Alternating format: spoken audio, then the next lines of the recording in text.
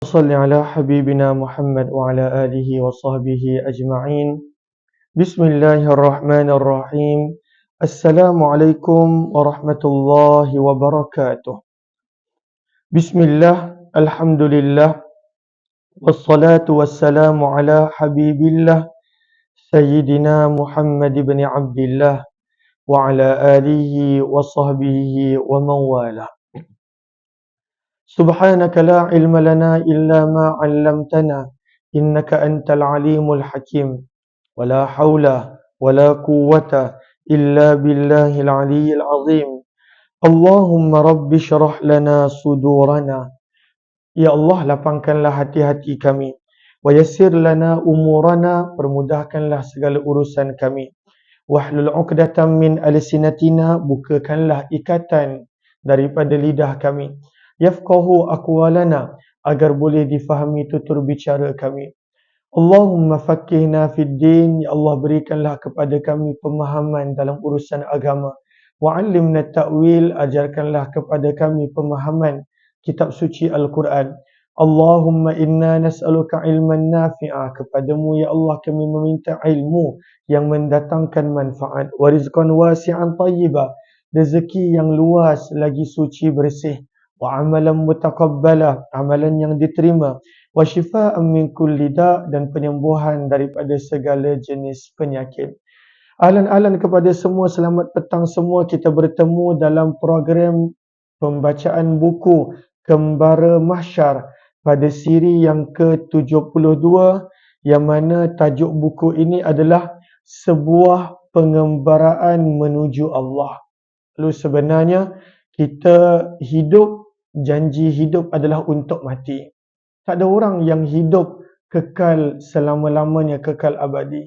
Semua hidup adalah untuk mati.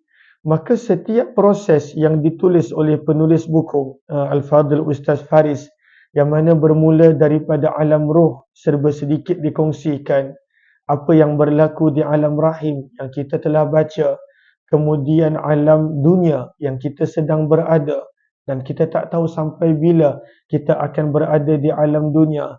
Alam sebenarnya untuk Allah melihat, untuk Allah menguji manusia. Kemudian kita akan melalui alam kematian, alam barzah, dan kita telah tiba pada siri yang kedua, pada buku yang kedua. Buku ni ada 2 jilid. Pada buku yang kedua berkenaan tentang kebangkitan semula. Lalu ahlan-ahlan kepada semua yang bersama, Sufia, Hisham, Melo, Abdul Jalil, Umisha, Muhammad, Rohima. Waalaikumsalam warahmatullahi wabarakatuh. Selamat petang Syah, Syaz Juan, Berlian, Abdullah, Kalam Khan, dan juga ahlan-ahlan kepada semua. Waalaikumsalam warahmatullahi wabarakatuh kepada semua yang memberi salam. Begitu juga ke Habibah Soeb, Maznah Abu Bakar, ahlan-ahlan. Waalaikumsalam warahmatullahi wabarakatuh. Lalu kita last sempat buat pada hari Isnin, dan kemudian hari Selasa kita tak sempat buat ahlan-ahlan. Maka sebenarnya perjalanan kita adalah perjalanan untuk pulang kepada Allah.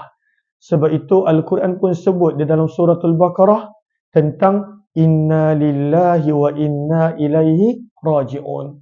Sesungguhnya kita adalah milik Allah, dan sesungguhnya kepada Allah kita dalam perjalanan pulang. Raji'un, raja'a, kita dalam perjalanan pulang menuju kepada Allah.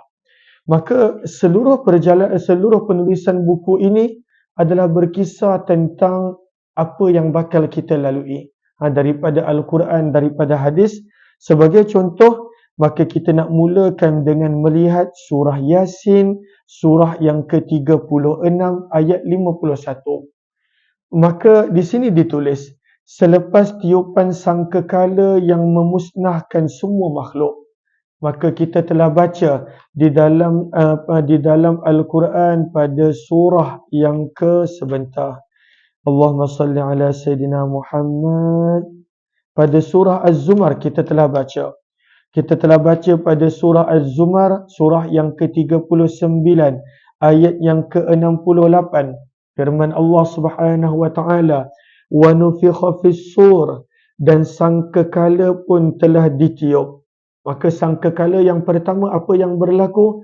فَصَعِقَ مَنْ فِي السَّمَاوَاتِ وَمَنْ فِي الْأَرْضِ, maka matilah semua makhluk yang ada di langit dan di bumi. Tiupan sangkakala yang pertama adalah tiupan sangkakala yang mematikan semua makhluk, kecuali firman Allah, illa man syaa Allah, kecuali makhluk yang Allah kehendaki untuk mereka kekal hidup. Dan itu kita telah baca juga pada siri-siri sebelum ini. Kalaulah ada yang nak tengok, ada diletakkan di YouTube Umar Aziz, maka ada contohnya malaikat Jibril, malaikat Mikail, malaikat sangkakala sendiri dan malaikat maut yang kekal hidup walaupun selepas tiupan sangkakala yang pertama. Maka tiupan sangkakala yang pertama telah selesai. Kemudian firman Allah, summa nufikha fihi ukhra, kemudian akan ditiup sekali lagi sangkakala itu. Fa idzahum qiyamun yanzurun, maka seketika itu makhluk akan bangun daripada kubur masing-masing dalam keadaan qiyam, berdiri, yanzurun, saling menunggu akan apa yang diperintahkan oleh Allah Subhanahu wa ta'ala. Dan ini yang kita sedang berada. Kata penulis buku, sangkakala yang pertama memusnahkan, muka surat yang ke-21. Barulah Allah memerintahkan malaikat Israfil untuk meniup sangkakala sekali lagi, bertujuan membangkitkan semula semua makhluk yang sudah dimatikan. Maka Allah ceritakan ini juga di dalam surah Yasin, surah yang ke-36 pada ayat yang ke-41, ayat yang ke-51. Surah 36 ayat yang ke-51. Firman Allah Subhanahu wa taala menceritakan tiupan sangkakala yang kedua. Firman Allah, wa nufikha fis-sur. Firman Allah, dan akan ditiup pada sangkakala. Ini adalah tiupan sangkakala yang kedua. Firman Allah, فَإِذَا هُمْ مِنَ الْأَجْدَاثِ إِلَى رَبِّهِمْ يَنْسِلُونَ.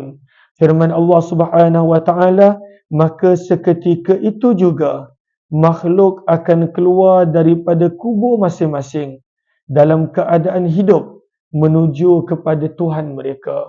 Tak ada orang yang bila mendengar tiupan sangkakala yang kedua, dia boleh pilih untuk tak nak bangkit. Tak nak bangkit lah, takut nak bertemu dengan Allah, nak kekal ada dalam kubur. Tidak ada. فَإِذَا هُمْ مِنَ الْأَجْدَاثِ إِلَى رَبِّهِمْ يَنْسِلُونَ. Ayat ini menerangkan, dengar je tiupan sangkakala yang kedua, manusia semua akan bergegas menuju kepada Allah. فَإِذَا هُمْ قِيَامٌ يَنْظُرُونَ, ayat yang kita baca di awal tadi. Maka ayat itu juga menerangkan manusia akan bersedia bangkit dalam keadaan bernyawa, dalam keadaan hidup. Maka ini adalah sangkakala yang kedua, membangkitkan semula manusia walaupun dah jadi apa pun keadaan tubuh badannya, dah hancur lebur mungkin, dah dimakan tanah, dimakan binatang, dimakan apa pun, Allah akan menghidupkan semula. Dan bagi Allah tidaklah susah. Tidak ada apa-apa yang susah bagi Allah Subhanahu wa ta'ala. Ahlan-ahlan kepada semua, kita sedang membaca perjalanan pulang manusia menuju kepada Allah daripada buku Kembara Masya. Kalaulah rasa bermanfaat, mohon dia sebaik untuk bantu share, bantu untuk kongsi, bantu untuk sebaluas. Mudah-mudahan lebih ramai yang beroleh manfaat. Maka sekarang ini manusia dibangkitkan semula, dihidupkan kembali. Setelah berapa lama manusia berada dalam keadaan alam barzah, alam kubur, ataupun alam yang mana menanti kebangkitan semula. Maka ke manakah manusia akan dihimpunkan ataupun kita panggil mahsyar? Bila dah bangkit, semua manusia akan dibangkitkan serentak. Kita datang ke dunia, maka mempunyai giliran.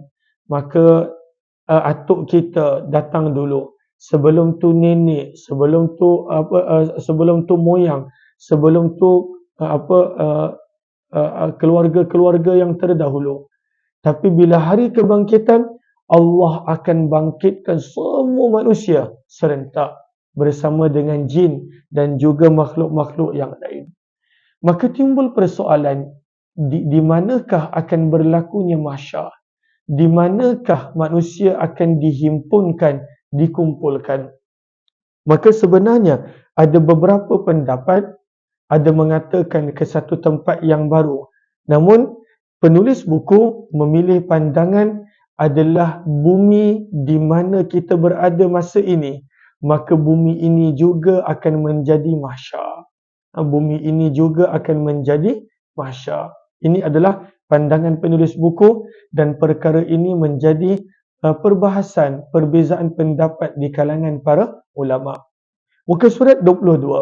Kata penulis buku, tempat yang ditentukan oleh Allah untuk semua makhluknya dibangkitkan semula adalah di bumi, iaitu tempat mereka dimatikan. Maka di mana manusia itu dimatikan, daripada situ akan dibangkitkan semula. Ini berdasarkan firman Allah Subhanahu wa taala di dalam suratul A'raf pada ayat yang ke-25, firman Allah, minha khalaqnakum wa fiha nu'idukum. Minta maaf, suratul A'raf ayat yang ke-25, yang itu adalah surah Taha. Suratul A'raf surah yang ke-8, tak silap saya, sebentar saya buka. Allahumma salli. Surah yang ke-6, minta maaf. Surah yang ke-6 pada ayat yang ke-25. Suratul A'raf ayat yang Suratul A'raf adalah surah yang ke-7. Minta maaf. Surah yang ke-7 pada ayat yang ke-25.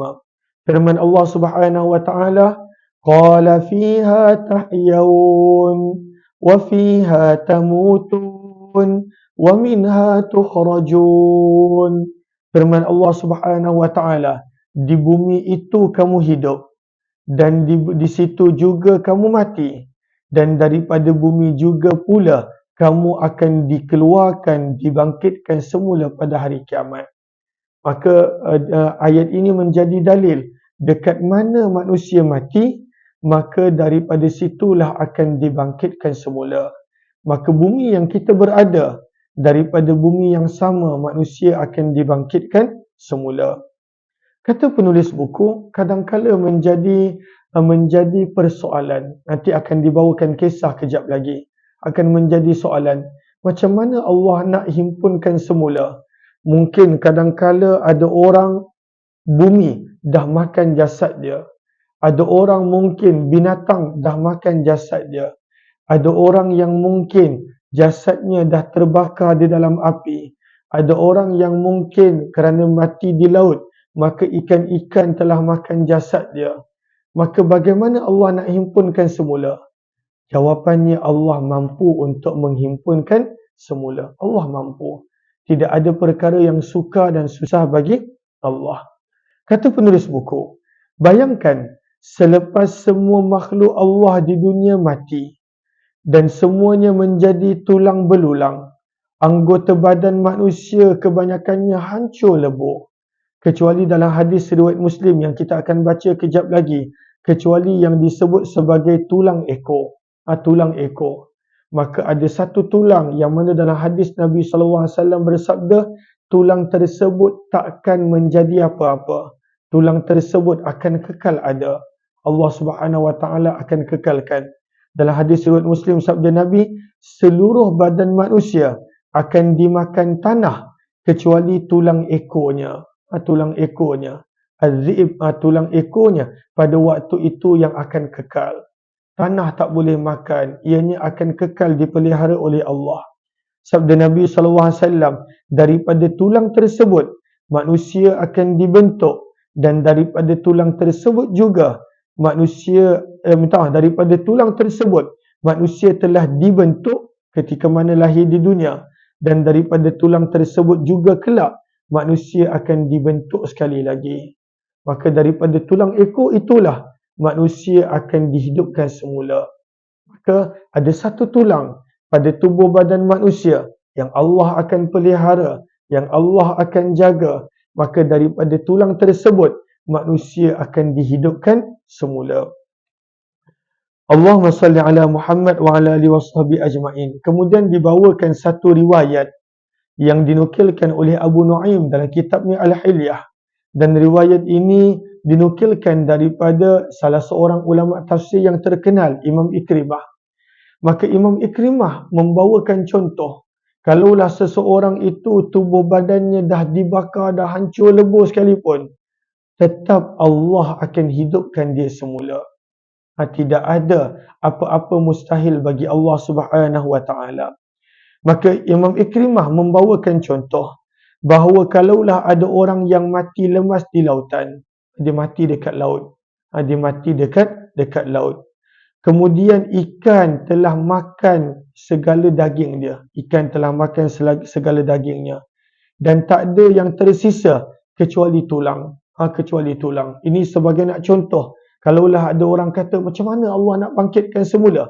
Allah boleh bangkitkan semula. Walaupun dah jadi apa pun kepada manusia tersebut. Maka katakanlah ada orang yang mana mati di laut. Ikan makan segala daging yang ada. Yang tinggal hanya tulang. Kemudian tulang tersebut dipukul oleh ombak. Lalu tercampak di daratan. Muka surat 23. Kemudian dalam tempoh yang tertentu, maka tulang tersebut telah mula mereput. Maka daripada ikan makan dah menjadi reput. Kemudian bayangkan, kalaulah unta datang dan makan saki-baki tulang yang ada yang telah reput, unta makan, ataupun apa-apa binatang yang makan.